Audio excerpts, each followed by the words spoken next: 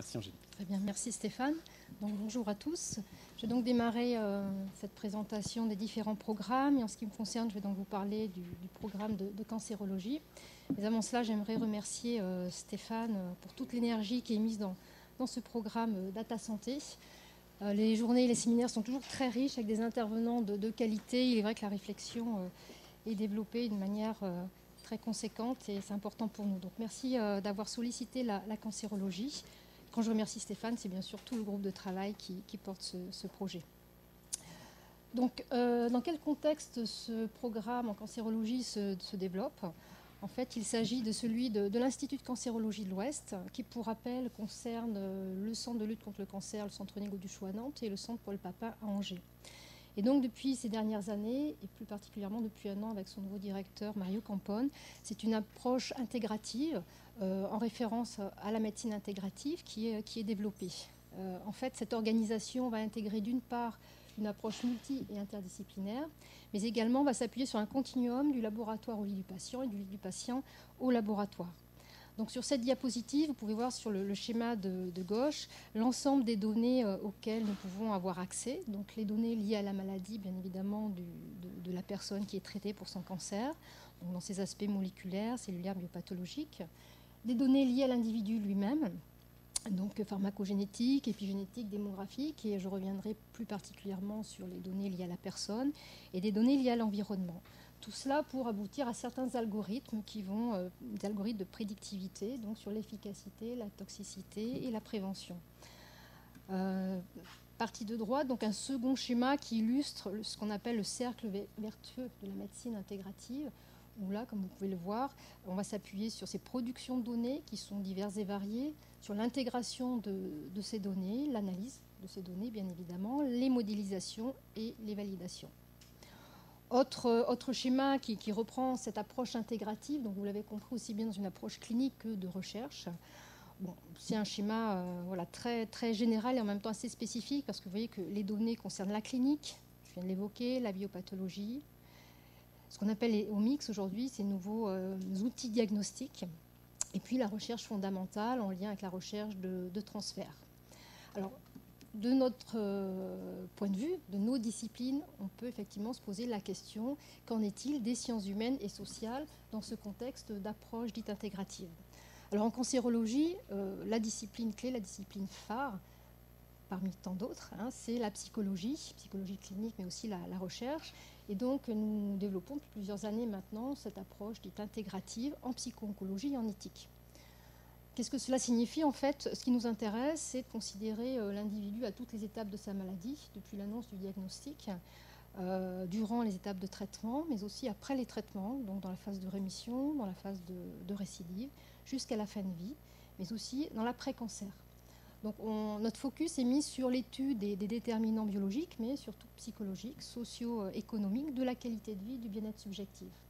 En fait, nous focalisons vraiment sur la qualité de vie dans une approche dite intégrative, c'est-à-dire que nous allons prendre en compte d'autres dimensions, alors en ce qui nous concerne les dimensions psychologiques, tout cela pour nous donner les moyens de mieux comprendre, de mieux appréhender l'ensemble des processus d'adaptation à la maladie et aux différentes étapes des traitements. Secondairement, nous réfléchissons aussi au développement de certains outils d'évaluation du bien-être subjectif ou de la qualité de vie. Tout cela quasiment toujours dans une approche mixte, c'est-à-dire quantitative, donc des évaluations basées sur des questionnaires validés, et qualitatives.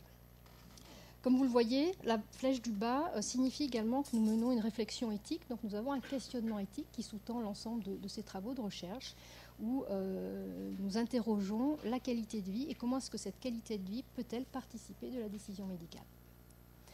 Ces dernières années, nous avons mis en place une étude, je n'ai pas fait de diapositive sur l'étude LK, mais c'est une étude qui, pour nous, est une étude de référence, puisqu'elle est en place depuis 2009, qui nous a permis de constituer une cohorte constituée de patientes atteintes d'un cancer du sein et de patients et patientes atteintes de mélanome. Et depuis 2009, donc, nous suivons ces personnes qui sont traitées donc, pour cancer du sein et mélanome à toutes les étapes de la maladie, donc avec pour objectif d'évaluer la qualité de vie dans ces différentes dimensions et dans cette approche intégrative. Et c'est à l'issue de cette étude LK, donc LK, étude longitudinale des changements psychologiques et psychosociologiques et économiques au cours de la maladie, C'est à l'issue de cette étude LK que nous avons fait le constat qu'il y avait assez peu d'études portant sur la qualité de vie de femmes atteintes d'un cancer du sein métastatique. Et donc nous avons réfléchi à la mise en place de l'étude EPOCA, donc qui est l'étude prospective d'évaluation de la qualité de vie chez des patientes présentant un cancer du sein métastatique.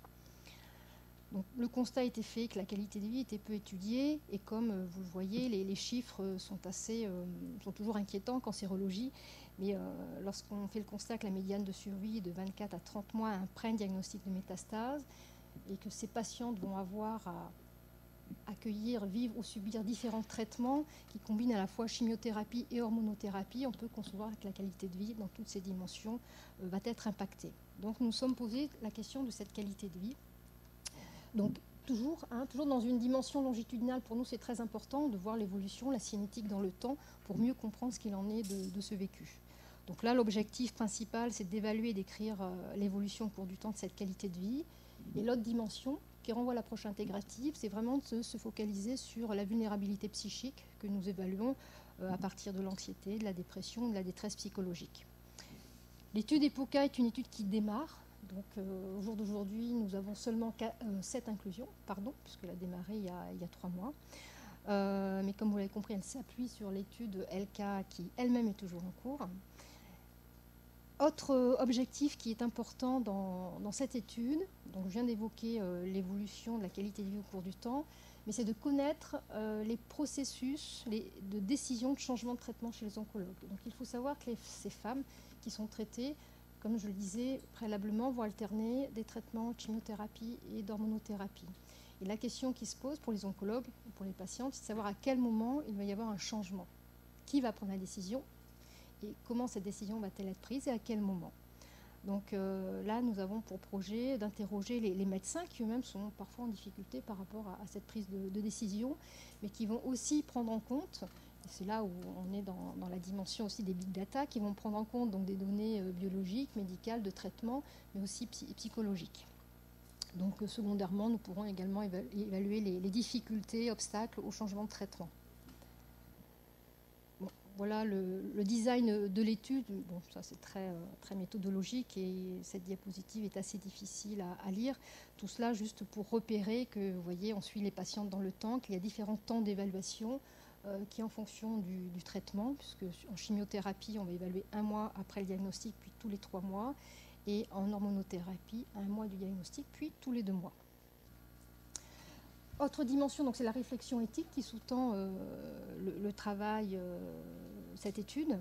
Donc la réflexion éthique, pour nous, elle porte sur la question, donc, bien évidemment, du recueil du grand nombre de données individuelles et collectives dans la prise de décision. Et on a souhaité appréhender les 4 principes éthiques pour tenter de mieux comprendre ce qu'il en est d'une part du côté des patients, des malades et des soignants. Donc le principe d'autonomie, lui, sera interrogé vis-à-vis de la personne malade qui accepte de renseigner, de donner donc des informations la concernant d'un point de vue médical, mais pas seulement, d'un point de vue sociologique, psychologique, économique, et à quoi est-ce que cette personne s'engage lorsqu'elle est prête à, je dirais, faire ce don des informations qui la concernent.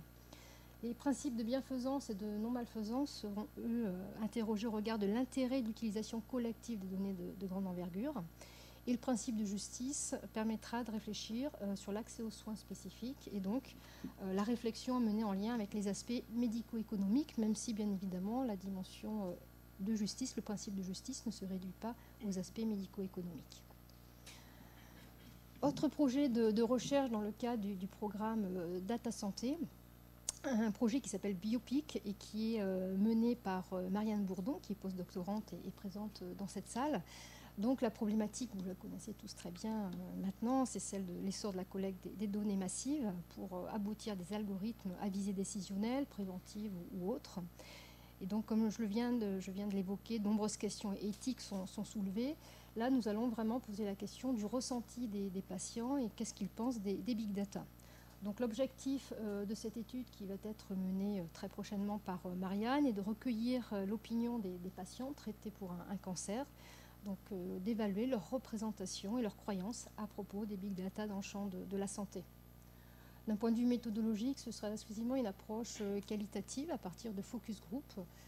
Les big data aujourd'hui sont encore assez peu connus du grand public, même des personnes traitées pour un cancer. Donc nous avons fait le choix d'opter plutôt pour un focus group que pour des entretiens individuels, ce qui nous permettra d'accéder à ces représentations avec une analyse thématique catégorielle assez classique, comme on a l'habitude de l'utiliser dans le domaine de la psychologie.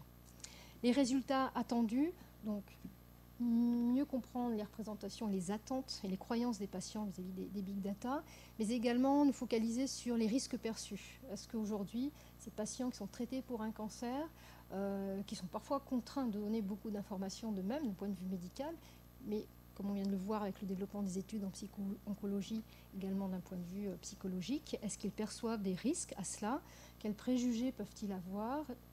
Et ce qui nous intéresse aussi, l'ensemble des aspects positifs.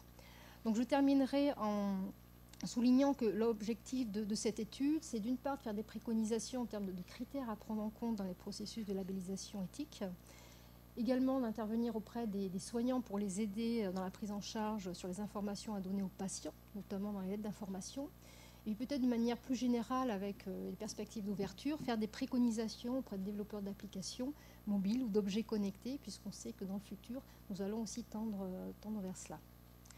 Voilà, je vous remercie de votre attention.